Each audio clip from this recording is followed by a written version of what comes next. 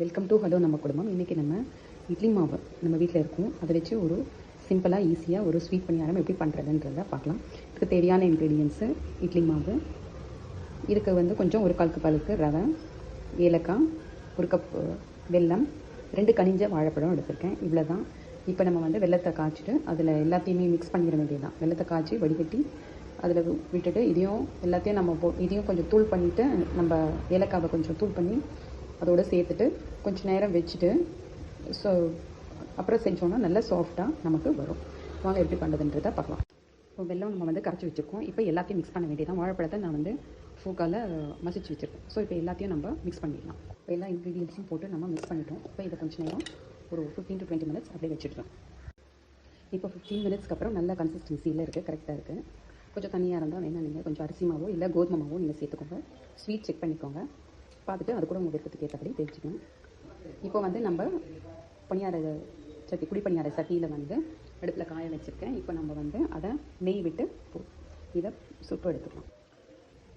இப்போ இந்த குழி பணியார சட்டியில் நம்ம நெய் விட்டுருக்கோம். நெய் காஞ்சதுக்கப்புறம் இதில்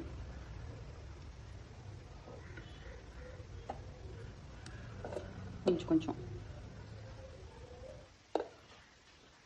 இந்த மாதிரி ஊற்றி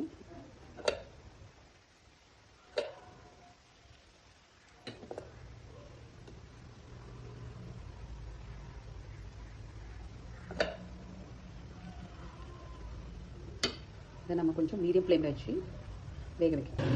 இப்போ ஒரு பக்கம் வெந்துருச்சு. இப்போ அதை நம்ம வந்து திருப்பி போட்டுடலாம்.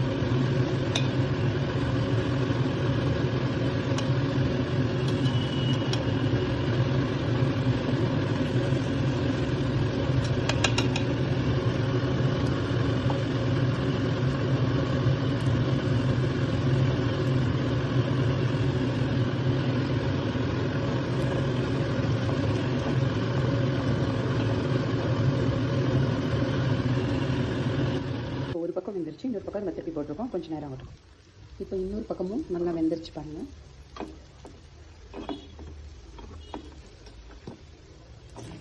இப்போ நம்ம எடுத்துடலாம்.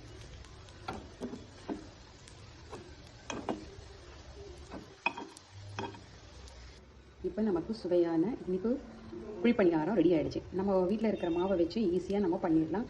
ஸ்கூல் போய்ட்டு வர குழந்தைங்களுக்கு இந்த மாதிரி பண்ணி கொடுத்தீங்கன்னா அவங்க சாப்பிடுவாங்க. நல்ல ஸ்நாக்ஸாகவும் ஆகும். பிஸ்கெட் அந்த மாதிரி சாப்பிட்றதுக்கு பதில் இது ஹெல்த்தியான ஸ்நாக்ஸாகவும் இருக்கும். நீங்களும் இந்த மாதிரி உங்கள் வீட்டில் செஞ்சு பார்த்துட்டு எப்படி இருந்ததுன்னு சொல்லுங்கள். தேங்க்ஸ் ஃபார் வாட்சிங். சப்ஸ்கிரைப் பண்ணுங்கள்.